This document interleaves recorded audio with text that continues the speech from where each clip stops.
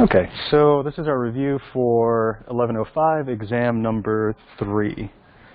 The first question asks us to find the vertex, axis of symmetry, and intercepts of this function. So, to find the vertex would always be a standard formula. We know that the x-coordinate of the vertex is equal to negative b over 2a. And anytime we see a function like this, whatever we have in front of the squared variable would be our a, whatever is in front of the x variable is our b, and whatever the trailing number is would be our c. In this case, even though the x doesn't have anything in front of it, there's always a 1 we could put there as kind of a placeholder. It doesn't affect our function, and it's always there, even if there's just a negative or positive sign. So if we work this out, we have negative 1 over 2 times negative 0.25. And that winds up being positive 1 over negative 0.5. So our answer would be 2. Whoops.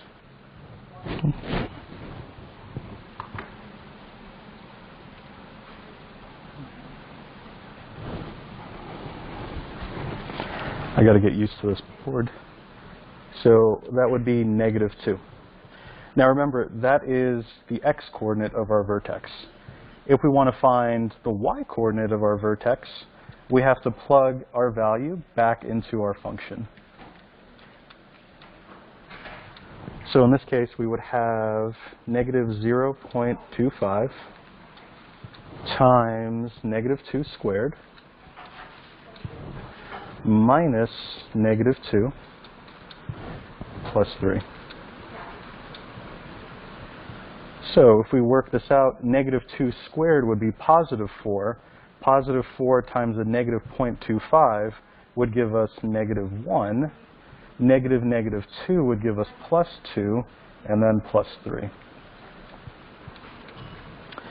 So this winds up being positive 4.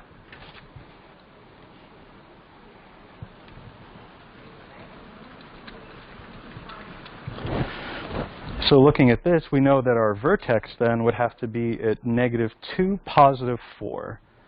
So negative 2 in the x direction, positive 4 in the y direction means our vertex is at that spot.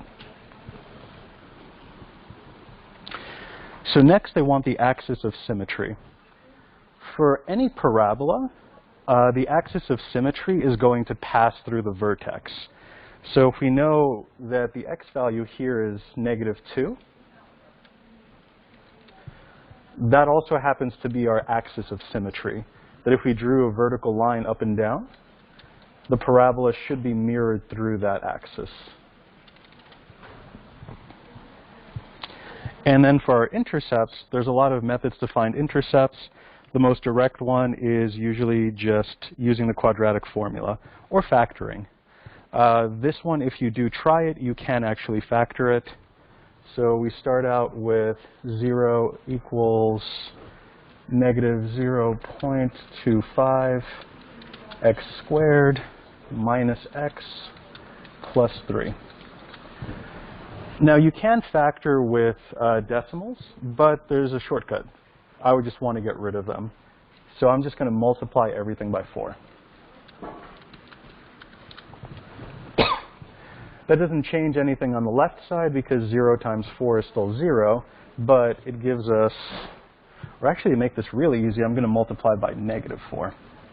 So the left side is still 0. Negative 4 times negative a quarter just gives us x squared. The middle becomes plus 4x, and that becomes minus 12. And then through some trial and error observation in this case, we could find that our factorization in this case would be x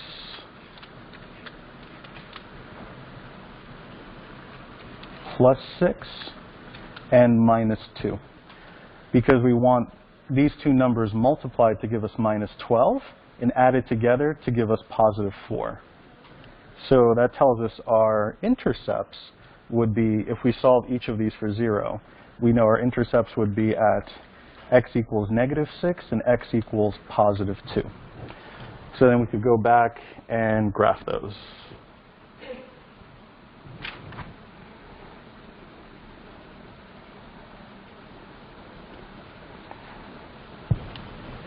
So +2 brings us over here.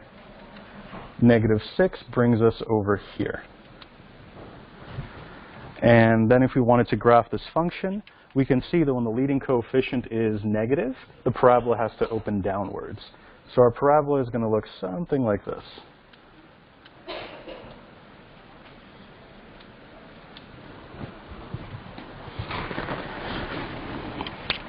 And then when we're looking for where the function is increasing or decreasing, when we're always making observations on whether a function is increasing or decreasing, we read it from left to right. So looking at this parabola from left to right, if we start over here, and go this direction, we're actually going up to stay on the parabola. Whereas on this part, if we go in this direction, we wind up going down to stay on the parabola. So in this area, it would be increasing, and on this area, it would be decreasing. But right at the vertex isn't really included in either set because it's actually flat. It's neither increasing nor decreasing at the vertex points. So from -infinity to our vertex coordinate of -2, it's increasing. And from our vertex coordinate of -2 to +infinity, it is always decreasing. And if we wanted to write that in set notation, we would say it's increasing on x such that x is less than -2, and it's decreasing on x such that x is greater than -2.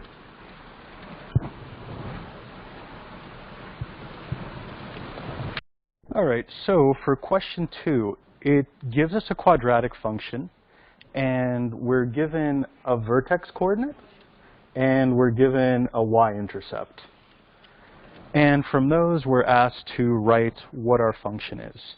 There's two distinct ways to solve this. One is kind of a system of equations based on the standard quadratic formula, and one is using the conic section version form of a parabola. So if you don't have this formula, the conic version of a parabola, conic section version, says that f of x is equal to some scalar a times x minus h plus k. So don't forget the squared here, where h and k represent your vertex.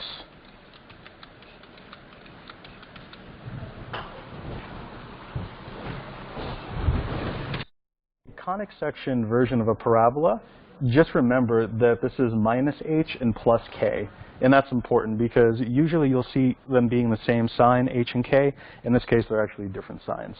So as long as you're okay remembering this, I would directly use this formula. Given the vertex and an intercept, it's a much faster way of solving this problem. So we'll proceed with that.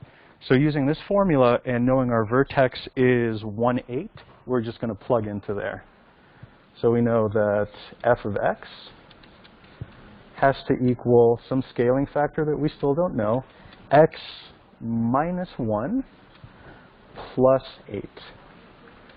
And that's just based on our vertex coordinates of 1,8. And that gets us this formula. So now the question is, how do we find our scaling factor? We can use our other point because we know the y-intercept is 0,6. Now, it doesn't have to be the y-intercept. It just happens to be the easiest point to use. If you know any other point on the parabola, it lets you solve for the scaling factor. So we're going to plug in 0,6.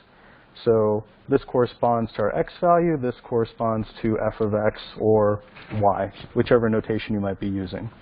So we'll say that 6 is equal to a times 0 minus 1 squared plus 8. And 0 minus 1 is negative 1. Negative 1 squared is simply 1. So we can say that a is equal, 6 is equal to a plus 8.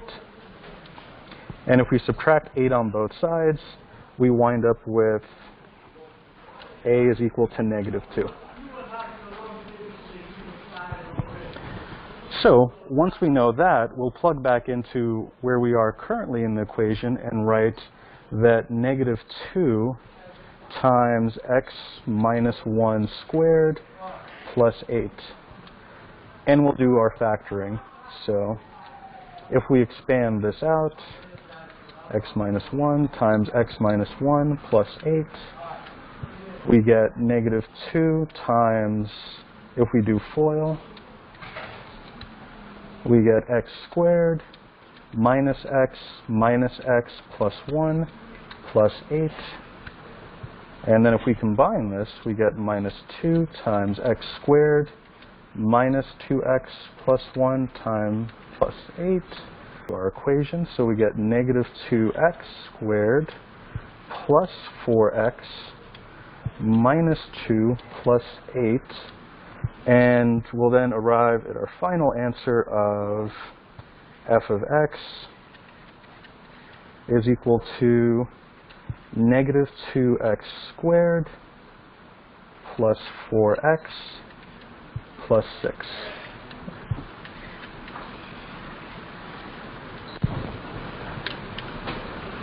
Verification that our equation is correct, we can see that if we plug in 0 for x, we do get a y-intercept of 6. And since our parabola is opening downwards, the leading coefficient should be negative, and in this case it is negative. So it's a little verification at the end we can do to make sure, hey, does our answer at least vaguely make sense? That it opens the correct way and has the correct intercept. For question 3, it is asking us to solve the inequality and sketch the graph and give solutions, if any, in set builder and interval notation. So first thing we want to do is actually graph our function. So we'll be using any method that's convenient. Here I would probably solve for roots and find our y-intercept and find our vertex to be able to graph it. So I am going to start by solving for the roots. So to do that, you'll take your function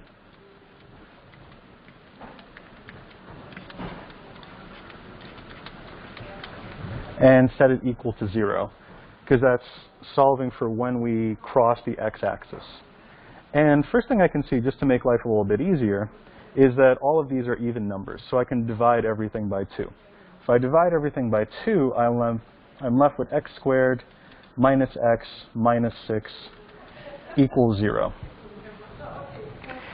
And if I was interested in factoring this, again, sort of by trial and error, since the numbers are not that big, we have a leading x squared, so we know we have to have an x and an x. 6, we know the factorizations of 6, we either have 1 times 6 or 2 times 3. If we want to wind up at a minus x, the only numbers that really work are the 2 and the 3. And since we want to wind up at a negative x, the bigger number should be negative.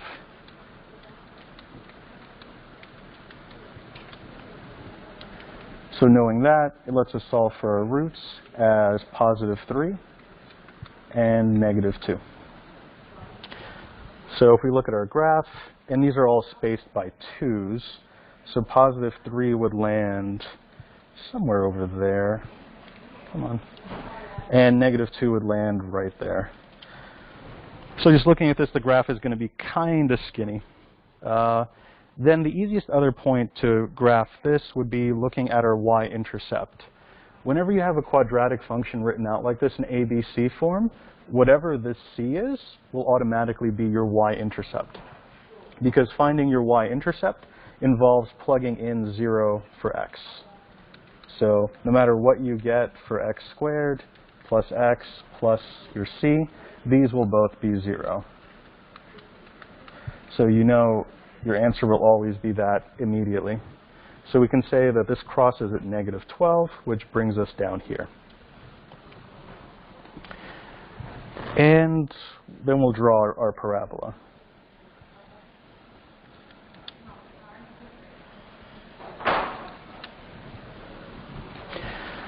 So it is asking for the regions that are greater than 0. So the way to interpret that is it's asking for what regions are above the x-axis.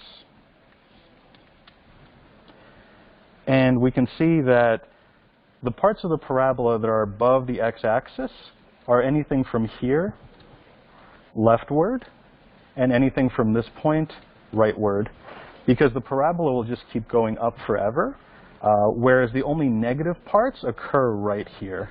Those are the only regions where the resulting parabola is negative. So then our solution set will start at -infinity, go up to our negative root of 2,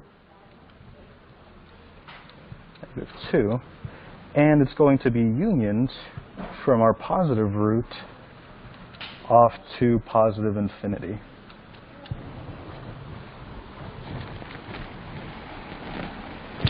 And if we wanted to write this in set builder notation, we would write that this is x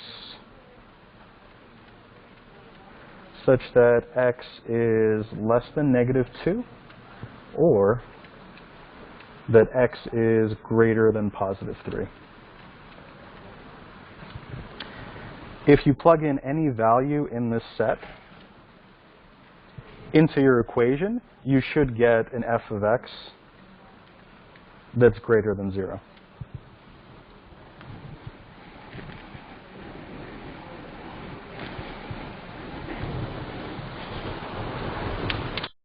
What we solved is greater than equal to 0.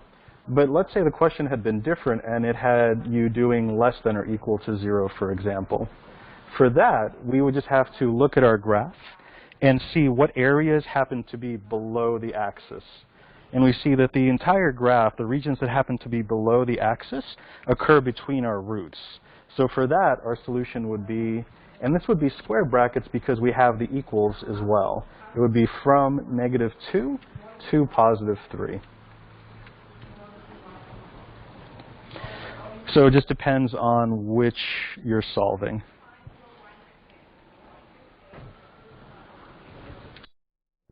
Okay, so question 4 is asking us to solve nonlinear equation and a linear equation graphically and algebraically. So the way I'll tackle this is I'll probably solve this algebraically first, then graph it to kind of visually confirm my answers. So to solve it algebraically, we have a system that already has y equals and y equals on one side. If this wasn't like this, for example, like if this had a 3y or something like that, we would have to rescale each side. But since it doesn't, it just has y equals, what we can do is just set these equal to each other immediately. So we can write that x squared plus 4x minus 8 is equal to -3x plus 12. And to solve that, I'll just move everything to one side as appropriate. So I'll add 3x and subtract 12. So plus 3x and minus 12. That cancels. So that gives us x squared plus 7x minus 20 is equal to 0. Let's see. And again, to factor this, we'll use the AC method. So implicitly, this always has a 1. So 1 times 20 gives us 20. 20, how could we get that? It's either 1 times 20, 2 times 10, 3 doesn't divide it, 4 does divide it, so 4 times 5. And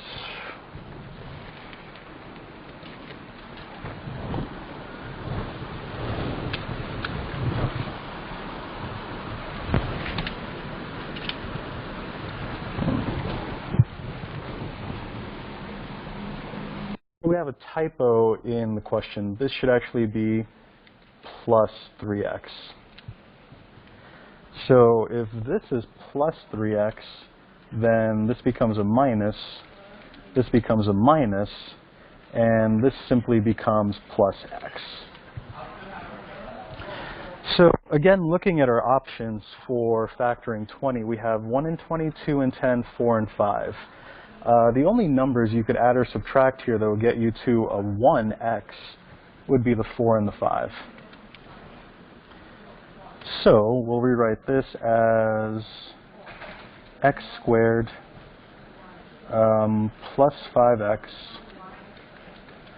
minus 4x minus 20. And we actually don't have to do that because these are actually our roots as well, because this is multiplied by 1. So we could simply write that this becomes x plus 5 and x minus 4. Yeah. And still equal to 0. So that gives us roots of x is either equal to minus 5 or it's equal to plus 4. So now we found the x-coordinates of our intersections, but since we're talking about a graph, there needs to be an x and a y point. To do that, since we're solving both of these systems simultaneously, it's your choice whether you want to put the numbers back in the quadratic or in the linear equation. In terms of test-taking strategy, the simpler the equation, the faster you're able to arrive at an answer, so I would put them back in our linear equation. So I'm going to use 3x plus 12. And substituting in negative 5 plus 12. This would be negative 15 plus 12, which gets us negative 3. Remember, this is equal to our y value. And then substituting in positive 4 gets us 24.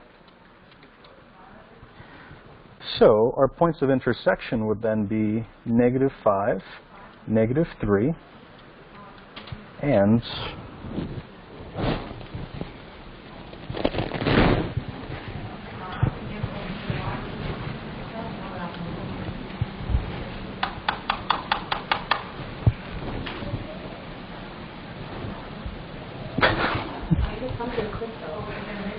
that was weird.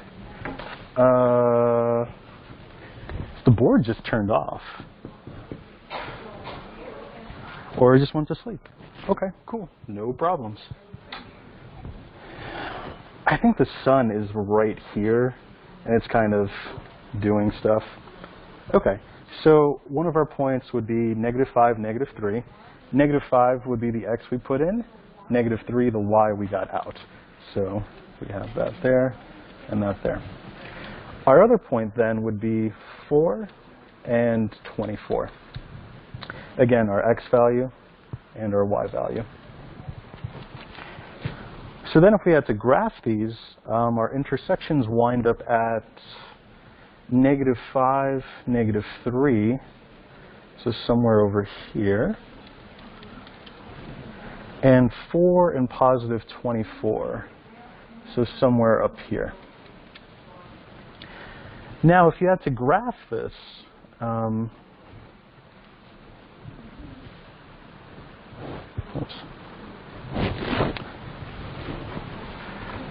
linear equation would be easiest to start with.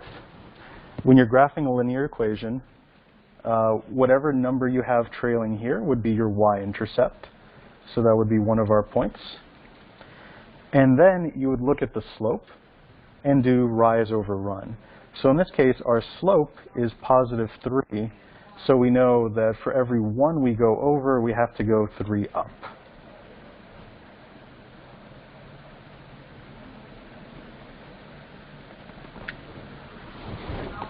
so that doesn't solve it. So if we do rise over run, just be careful what your markings are, because our y scale is actually in units of 2. So if we go over 1, we're actually going up 3. That only lands us over there. If we go over 2, then we go up over 6, and that lands us over there. So then if we were graphing this line, it would look something like this.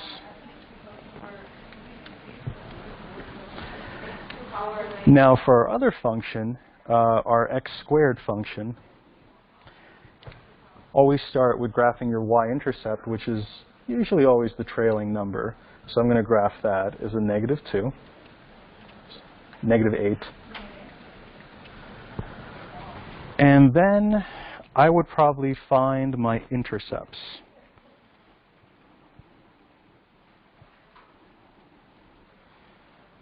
Let's see. So let me just make some room for that. This one happens to not factor nicely, which is entirely possible. It's not necessarily true that all quadratics will factor nicely. Sometimes you will have to actually do the quadratic formula.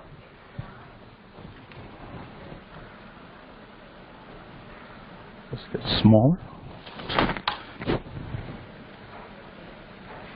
There we go.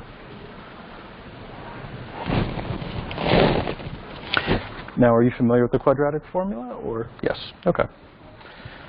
So if we have x squared plus 4x minus 8, if we did the quadratic formula, which is minus b plus or minus the square root of b squared minus 4ac over 2a, in this case, we wind up with -4 plus or minus the square root of 4 squared minus 4 times 1 times -8 divided by 2 times 1. And the 1 comes from the fact that even though there is no 1 there, we can always put a 1 in front of any variable. With multiplication, it doesn't change anything. And my advice when writing out the quadratic formula, don't try to do any simplifications as you go along. Write it out in its entirety first, and then do simplifications to make sure you're not missing anything. So this gives us -4 plus or minus the square root of 16 plus 32 over 2. And then we'll continue down here. Gives us -4 plus or minus the square root of 48. Did I actually do that? Over 2. And the way I would proceed here is to divide out each item. So we have -4 over 2 plus or minus the square root of 48 over 2. But you can't divide radicals with numbers. So eventually we're going to have to convert this to a square root as well. So if you wanted to undo a square root operation, you would be squaring. So 2 would turn into the square root of 4. So then what we have is -4 over 2, which gives us -2 plus or minus the square root of 12. And square root of 12, if you're using your calculator, you would just plug that into your calculator at that point. It's roughly equal to 3.3. You could also simplify it to 2 root 3. But again, root 3 is also not a nice number, so in the end you'll wind up plugging this into your calculator. So we wind up getting roots of -5.3, roughly, and positive roughly 1.3. Go back to our graph.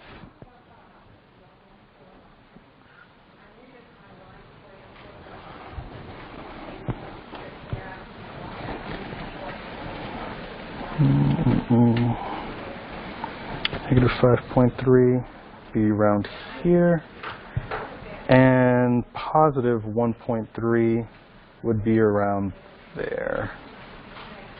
1.3.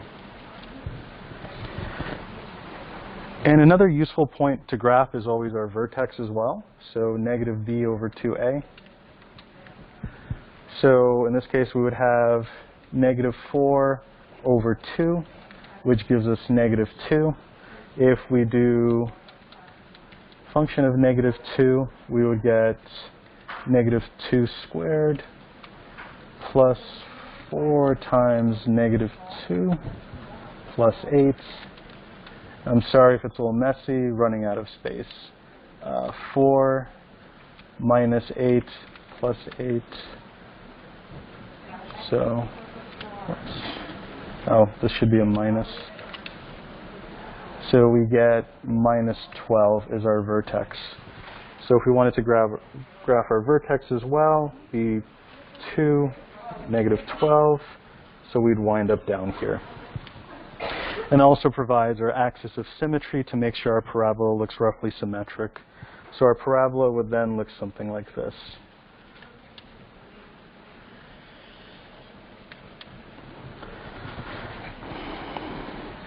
And from graphing these based on our points of intersection, they do look visually appropriate.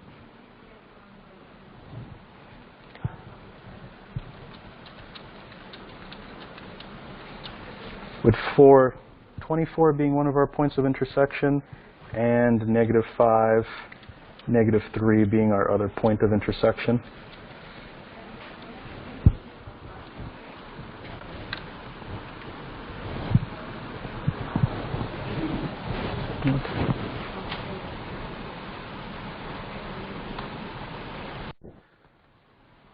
All right, and my recommendation for why I found the vertex is because if you try to graph it symmetrically off your y-intercept, you might do something weird and lopsided. By having your roots and your vertex, you'll produce a nicer, more symmetric looking parabola. So on to question 5. For this one, it's just asking us to graph the system of linear inequalities. So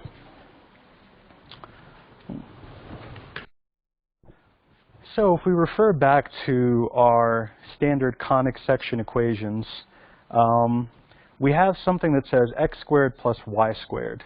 And since they both have the same variable in front of them, which is a 1, and there's a plus sign, we can guess that this is probably referring to the standard equation for a circle.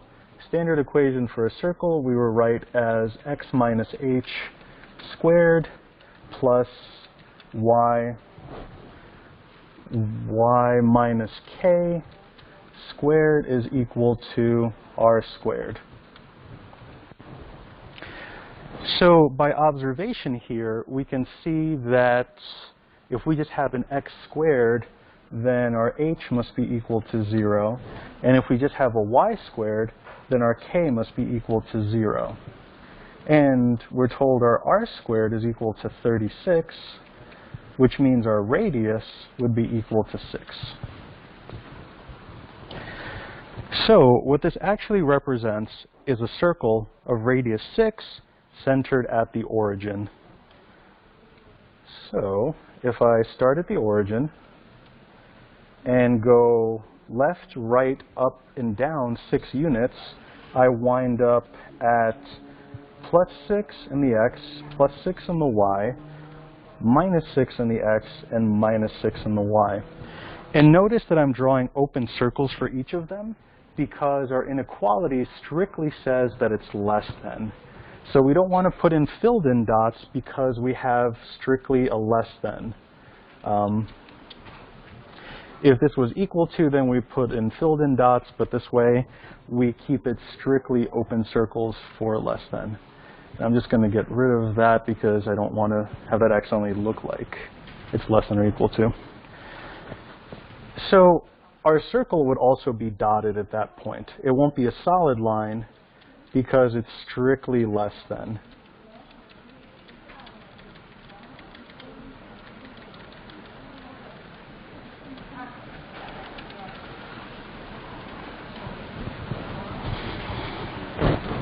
It's sort of lopsided, but it's the best attempt at a circle.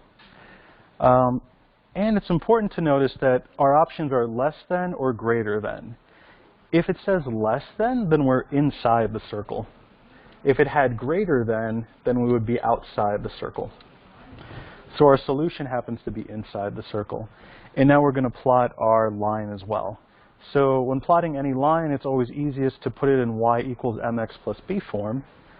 So we start with -3 plus 4y is greater than -8. So I'm going to add 3x to both sides.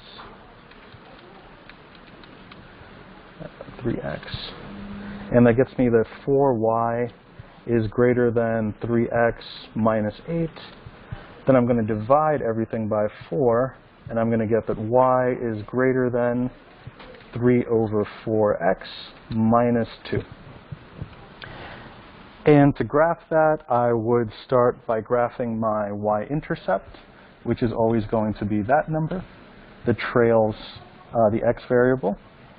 And again, since we're strictly less than or greater than, we're going to use open circles. And if we look at our slope, which would be our m, we have a rise over run of 3 over 4. So that means for every 3 we go up, we're going to go over 4. So if we go up 1, 2, 3, we're going to go over 4. So 1, 2, 3, 4. So this would be another point on our circle. On our line, I mean. And once we have 2 points, we can then make a line. In this case, again, since we're strictly greater than or less than, the line is going to be dotted, not a solid line.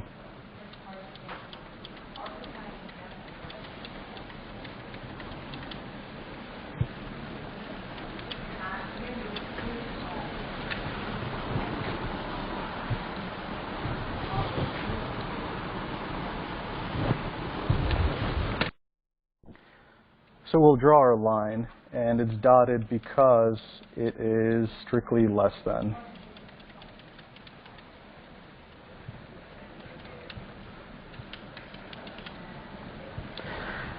So now we have to actually figure out what is the solution to our system. So we already decided, since our x squared plus y squared is less than, that we're inside the circle. So inside the circle is part of the solution. But looking at the line, it's saying that y is greater than our line. So we're looking for places where we're above our line, since we're greater than. So if you look at the region that overlaps that's inside the circle yet above the line, this becomes our solution set.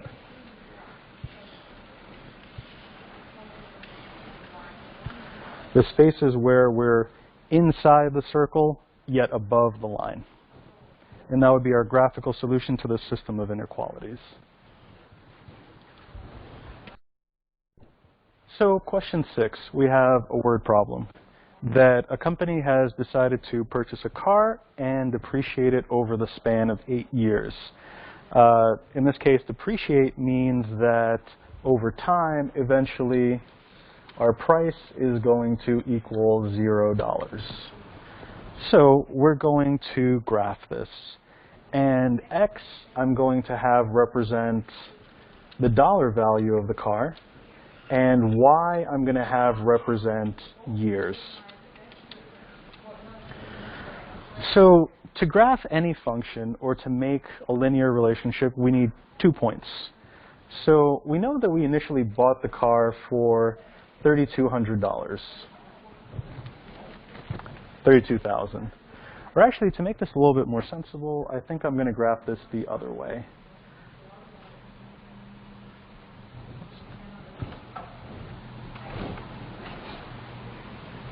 I mean, either way is valid. You're going to have a relationship. But I prefer, well, let's just erase all of this. It's just, it's going to look, why is it not letting me erase stuff? All right, so change of variables. I'm going to have x represent my years, and I'm going to have y represent the dollar value of the car. Doing it the other way isn't necessarily wrong, but in standard form, when you have an X and Y chart, X is usually your independent variable and Y is your dependent variable. And in this case, the year doesn't so much depend on the price of the car, but the price of the car does depend what year we're in. So if the price depends on the year, it kind of makes more sense to make X our years and Y our dollar value. So we know in year 0, when we bought the car, we bought it for $32,000. And we know that after 8 years, we're going to claim the value dropped to 0. That's our depreciation schedule. So if we do our standard slope equation, y is equal to y2 minus y1 over x2 minus x1, that'll give us 0 minus 32,000 over 8 minus 0.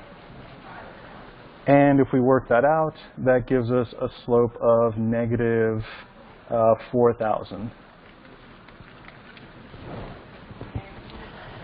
And since we have a point that has a 0 in it, this also happens to be our y-intercept.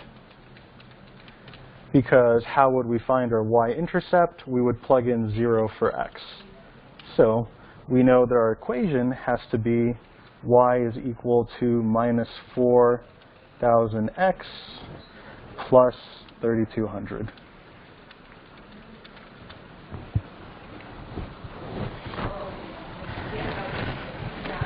So now we need to graph this. So I'm going to make this my x, this my y, and y is representing, let's see, yes. Oh, just one quick note. I didn't notice that they actually gave me a variable for the car value. So in this case, we won't be using y, we'll be using c. So in this case, we don't know that that y is equal to this. We're just going to say that c is equal to that, just to be consistent with the wording in the problem.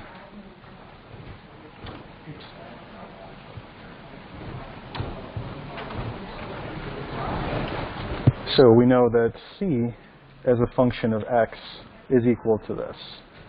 So c is going to be in dollars, because it's the value of the car, and x will be in years. And 1, 2, 3, 4.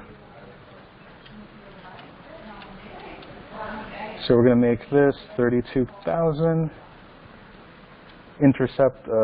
Intersection of the axes is always 0, 0. So this would be 24K,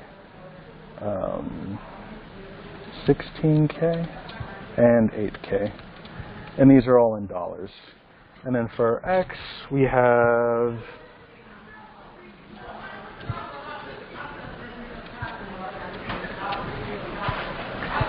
(2 years, 4 years, 6 years, 8 years, and 10 years. Now this graph, we can plot our 2 points. So we know that in year 0, we're at 32,000.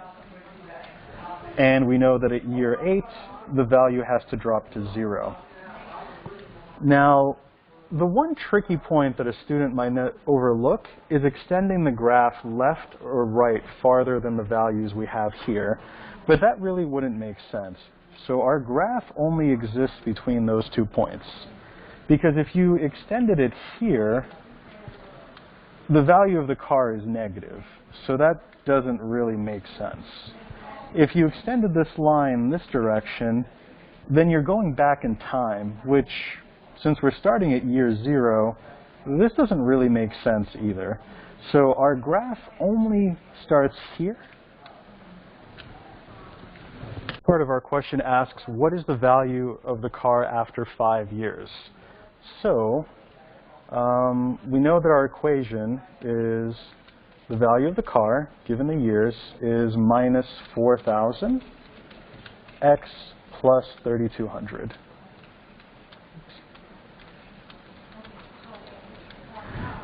And it's asking for what is the value after 5 years. So that means it's asking what is the value when we plug in 5 for x. So if we do that, we have negative 4,000 times 5 plus 32,000. So we get minus 2,000 plus 32,000, which gives us a value of $12,000.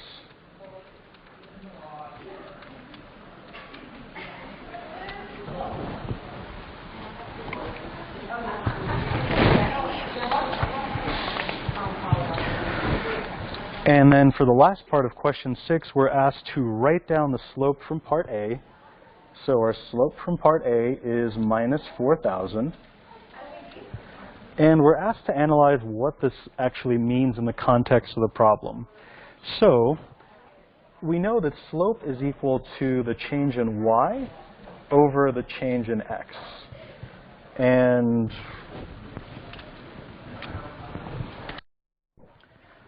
so our slope is related to the number in front of our x, but slope is delta y over delta x.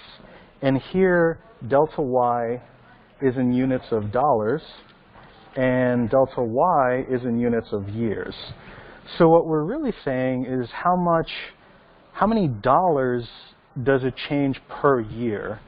So if we add 1 to the year, we're actually going minus 4,000 on the dollars. So that's saying that the car's value decreases by $4,000 every single year. That's how I would put this in words. So value decreases by $4,000 per year.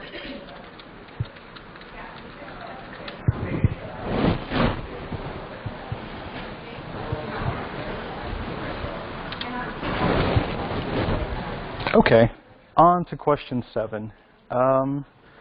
We're given a price and a quantity of a certain product obeys a certain demand equation. So P in this case would be in dollars, X is the quantity. We're asked to find a model for revenue. So revenue is how much money we take in. Revenue is the number of things we sell, which in this case would be X, times the price we sell each item for. So for example, if we sold 10 things for $1 each, then our revenue would be $10. But we have expressions in terms of X for these quantities.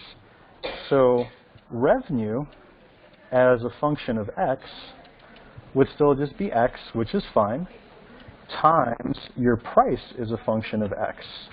But price as a function of X was actually given to us as part of the problem.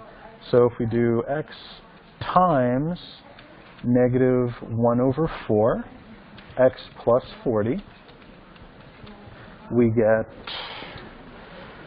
negative 1 over 4, X squared plus 40X.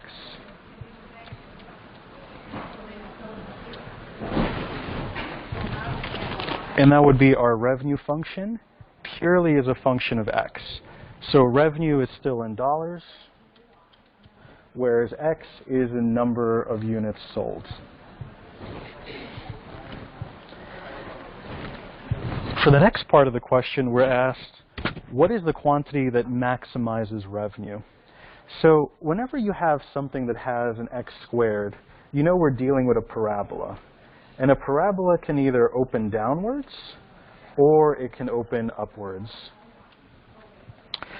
So each of these would be X squared. This would be minus X squared. This would be plus X squared. Now, if you have something with a leading minus X squared, the value that it reaches here would be your maximum value. Whereas if you have a positive X squared, the value that it reaches down here would be your minimum value. And that happens to correspond to our vertex.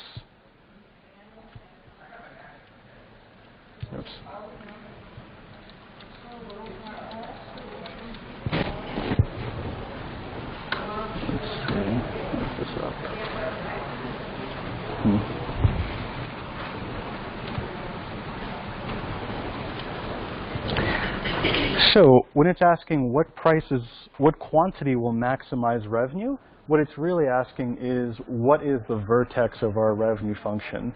So vertex formula would still be negative b over 2a. And in this case, that'll give us negative 40 over 2 times negative 1 over 4, which equals negative 40 over negative 2 over 4. And if we simplify that, the negatives cancel out. The bottom simplifies to a half. So the quantity that maximizes revenue would be 80, because it is also equal to the x value of our vertex.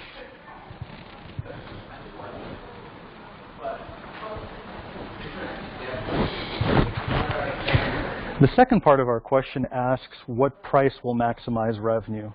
Well, after we find an x value, we can plug that into our price equation and get our maximum price. So our price equation was p of x is equal to negative 1/4 x plus 40.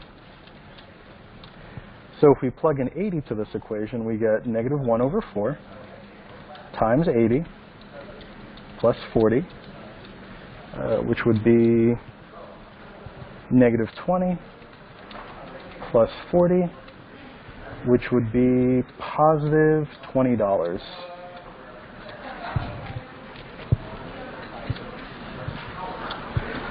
And what's important to remember is, again, these are real quantities. So as a quick sanity check when you're doing your exam, if you happen to get a negative quantity or a negative price, you know something's gone wrong with your calculations. They both need to be real values, so they both need to be positive in this case.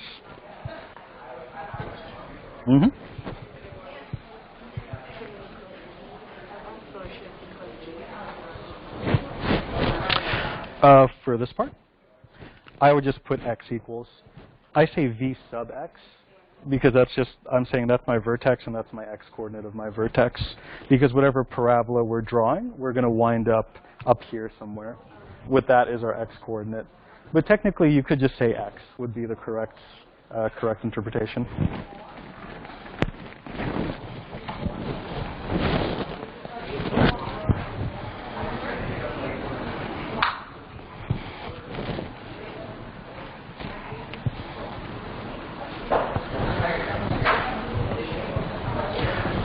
So the next part of our question asks, what is the maximum revenue?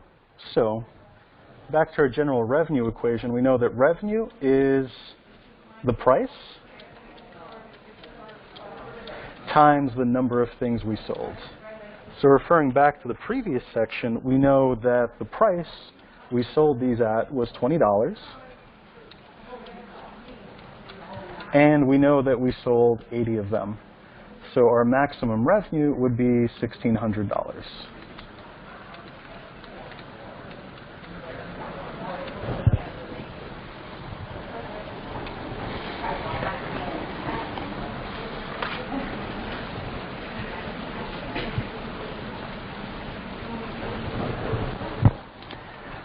And for the next part of our question, it asks us to graph the revenue as a function of quantity sold. So this will be x, and it'll be our quantity.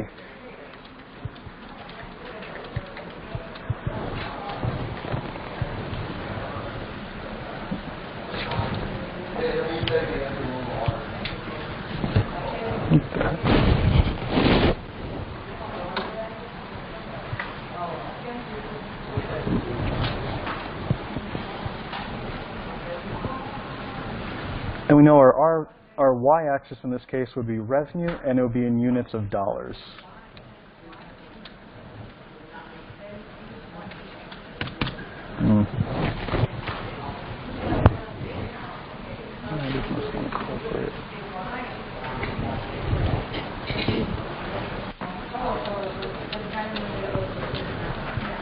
And when we're labeling our graph, we know that our vertex is already going to occur at 2080. And since our graph has to be symmetric, actually no, we don't have to do that.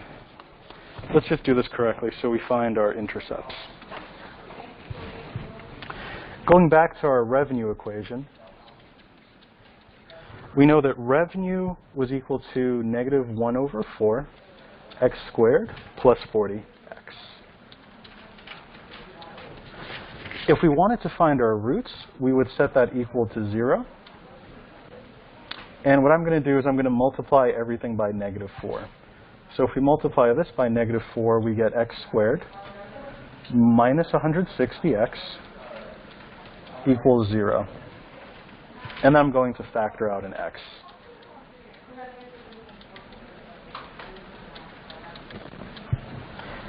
So that tells us that our roots have to be either x equals 0 or x equals 160, which lets us do our graph here.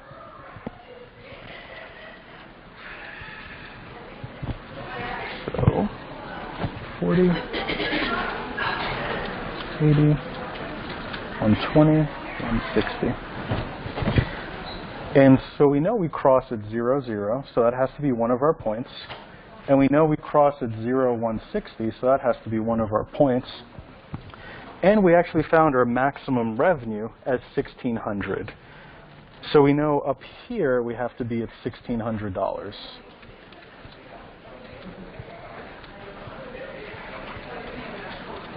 400, 800, 1,200. So we know that for a quantity of 80, we have to be at $1,600. So we wind up here. So if we wanted to complete our graph, we would just connect our points in a smooth parabola. Oops. And get something that looks like that.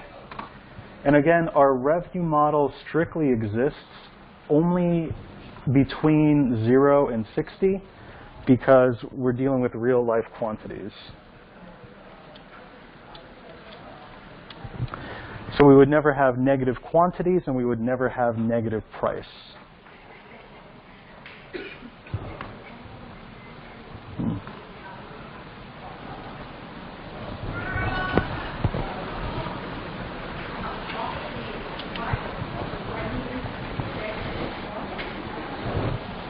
Any questions so far? No.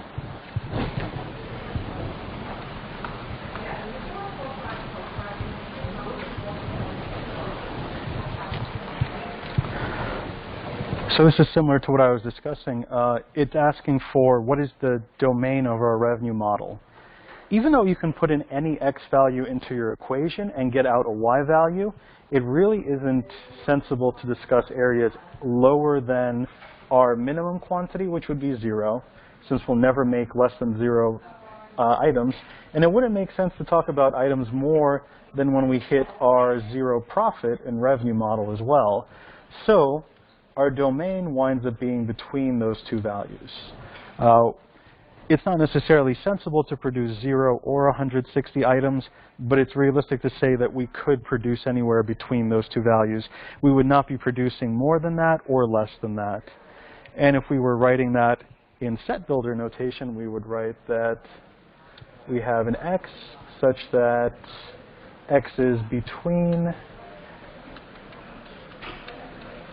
that and 160. And since we're saying 0 and 160 are valid values, we'll have square braces around them. So now we're going to do something a little bit different. Whereas before we graphed revenue as a function of quantity, now we're going to graph revenue as a function of price.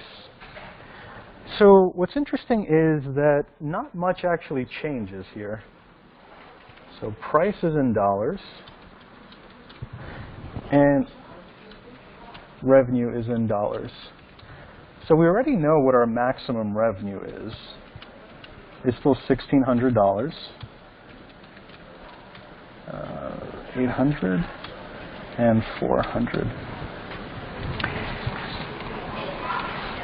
And from our previous question, we also know that the maximum price that our maximum revenue occurs at is $20.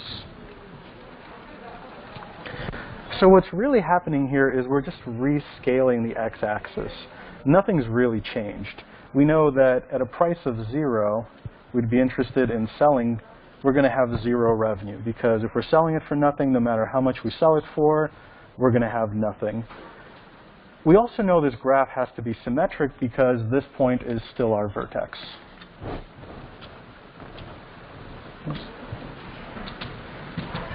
Come on.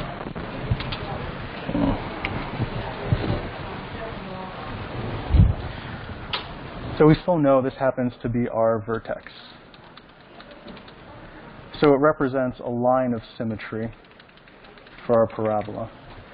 So if we know that this point has to be over here, by symmetry considerations, we know that this point also has to be over here.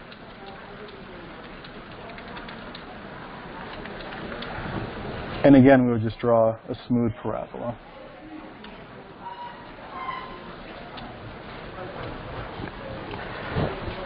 So this would be a graph of our revenue versus our price, which again would be similar to our revenue versus quantity with just a rescaled axis. And we're able to quickly generate it based on the fact that it has to be symmetric.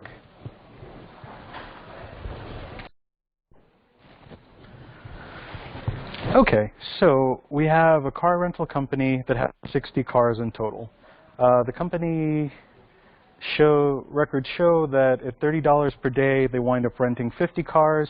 If they increase the price, less people are interested in cars, and 40 cars only rented. If they increase the price a lot to $66, only 20 cars are rented. So given this data, create a mathematical model. Generally, we would have to plot the data to see what kind of relationship it has. So if we roughly plotted this,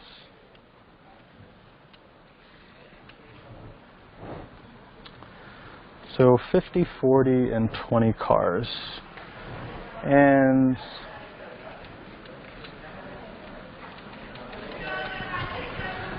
in this case, price is actually going to be on the x-axis just based on the fact that price controls the number of cars, not the number of cars controlling price, because depending on what they set the price, will decide how many cars are rented. So if we do 20, 10, 30, 40, 50, and let's just do 30, 40 to 60. 10, 20, 30, 40, 50, 60.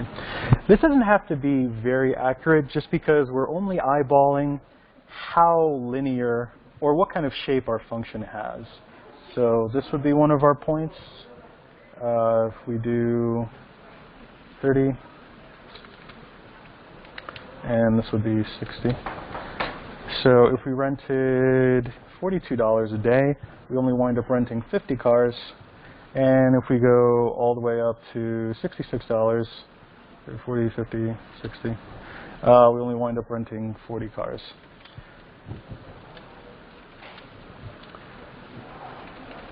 So just looking at this data, we can say that it roughly has a linear model to it.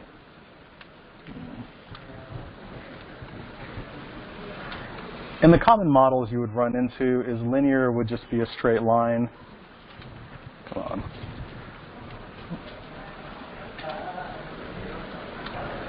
You might also run into parabolic functions in your class, or possibly exponential functions. But in this case, we can make an assumption that our data seems to indicate that this happens to be linear, so we're going to go with that. And to make an equation off a linear model, we need 2 points. So we're going to use $30 and 50 cars.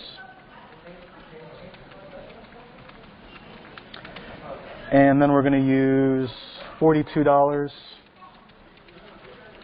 and 40 cars. And we're going to use our slope equation.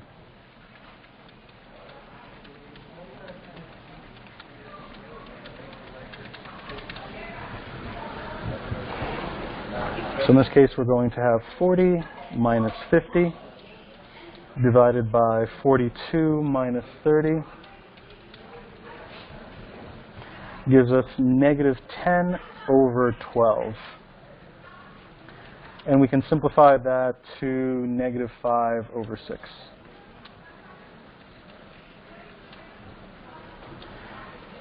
Now, the other part of our linear equation is finding our intercept. So if we have a line that's y equals mx plus b, what we've just found is the slope. So we're just going to plug in one of our points, whichever one's more convenient, and find what our y-intercept is. So in this case, I'm going to use the 30-50 point. So I know that we rent 50 cars with this slope when our price is $30, and I want to find my intercept. So $30 divided by 6 is 5, times negative 5 would be negative 25. So we have the 50 equals negative 25 plus b. So we find that our b value is equal to 75. So we know that our mathematical model, I'm going to write it up here, is that the number of cars, y, is equal to negative 5 over 6, x plus 75.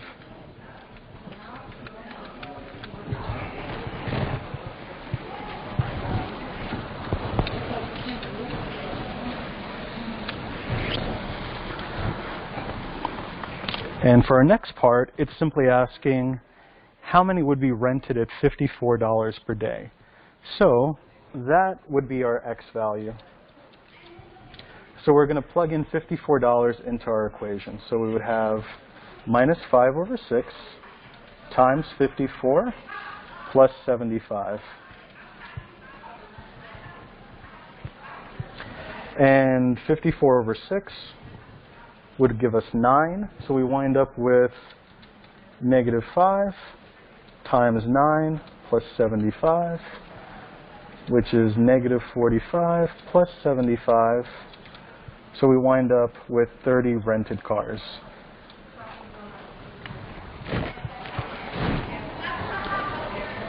And for the last part of our question, is a rate of 102 reasonable?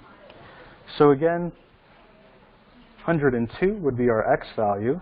So we would plug back into our equation, negative 5 over 6 times 102 plus 75. If we do this, 102 divided by 6 times negative 5 would get us minus 85 plus 75. So that gives us a y value of negative 10. So the question is that reasonable? And our answer is no. Because real life quantities need to be positive. Time, monetary value, weights, heights, anything else you can think of. So here we got a value of the fact that we're going to rent negative 10 cars. That doesn't really make sense. So in this situation, negative quantity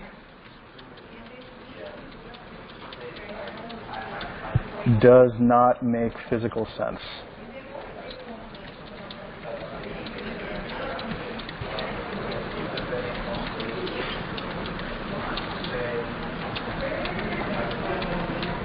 Now that's not always going to be the case because, for example, temperature.